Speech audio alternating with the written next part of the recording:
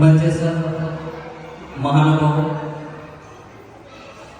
શિક્ષિત અને સદાય સક્રિય એવા એસએમડીસી મેમ્બર, મારા ગુરુવર, આ શાળાના આચાર્યશ્રી, સ્ટાફ મિત્રો, વાલીગણ અને વિદ્યાર્થીઓ, મને બરાબર ખ્યાલ છે કે તમે વરઘોડામાં નીકળતા હો, જાણ બરાબર આમ ડીજે શરૂ થયું હોય અને એને કોઈ વડીલ આપણને વાત કરે એટલે લગભગ આપણું મન ડીજેમાં હોય.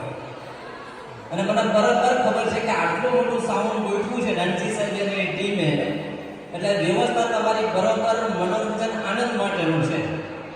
અને તમે બધા રાહ જોઈને બેઠા છો કે આ ક્યારે બોલવાનું બંધ કરે ને અમારું ડીજે શરૂ થાય. એટલે હું ટૂંકમાં મારી એકાદ વાત મૂકીને મારી વાતને પૂરી કરીશ.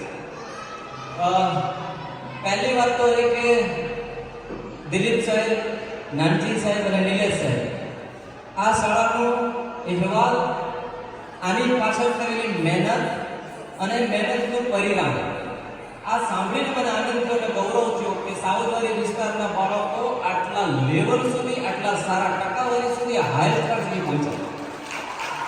આ વાતે હું એજ્યુકેશન વિભાગ અને સમગ્ર શિક્ષા વતી સમગ્ર શાળા પરિવાર એસએમડીસીને અભિનંદન પાઠવું છું.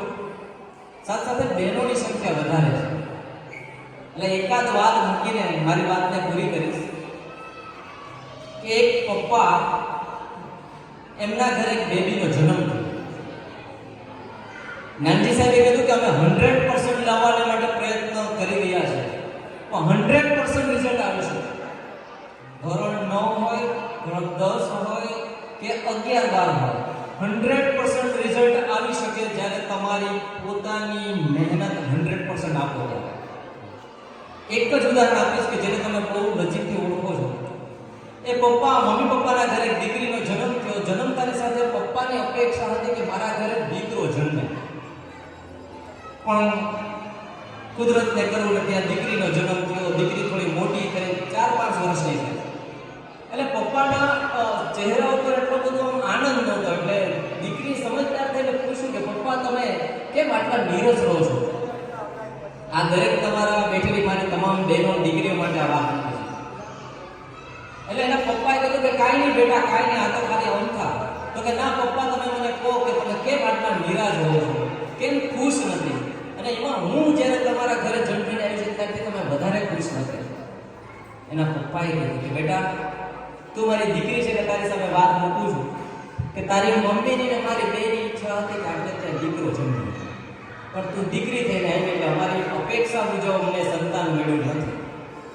અને 5-7 વર્ષની સમજદાર દીકરીએ સંકલ્પ લીધો કે મારા બાપને દીકરો જોતો હતો અને હું દીકરી તરીકે જન્મી છું. આ ભવમાં મારા બાપની દીકરી છે પણ દીકરો થઈને રહીશ. અને આજે પણ જેને વેશભૂષામાં તમે પુરુષ તરીકે તમને મોટા સ્ટેજ ઉપર જેને તમે જુઓ છો, ઈંધણા વેડવા ગઈ હતી, જેના ગીતો તમે સાંભળ્યા છે, એ ફાલ્ગુની પાઠક આ જીવન પોતાના મા બાપની સેવા માટે કરીને પુરુષના વેશમાં આ જીવન કુંવારા રહ્યા છે અને મા બાપની સેવા કરે છે. આ એક સંકલ્પ, કલ્પના કરો, એક જ સંકલ્પ કે મારા બાપ માટે મારે દીકરો થઈને જીવવું છે અને દીકરાની જેમ મા બાપને એની સાર સંભાળ રાખવી છે અને રાખે છે. બસ આવો જ એક સંકલ્પ તમે પરીક્ષા માટે કરી લો કે અમારે 100%, જે નાનજી સાહેબે કીધું છે, 100% લઈ આવવા છે. હું મારાથી શક્ય એટલો 100% મારું પોતાનું મહેનત કરીશ. તો ફરીવાર સારા પરિવારને અભિનંદન પાઠવું છું. અને સિંહ સાહેબ દ્વારા મને આદેશ કર્યો કે ત્યાં કામની વ્યસ્તતાના કારણે પહોંચી શક્યા નથી, એટલે મને તક મળીને આપને મળવાનું થયું. અને આ પરફોર્મન્સમાં તો એકવાર જોરદાર તાલીઓ થયા બધા માટે. આવી એનર્જી ભર્યું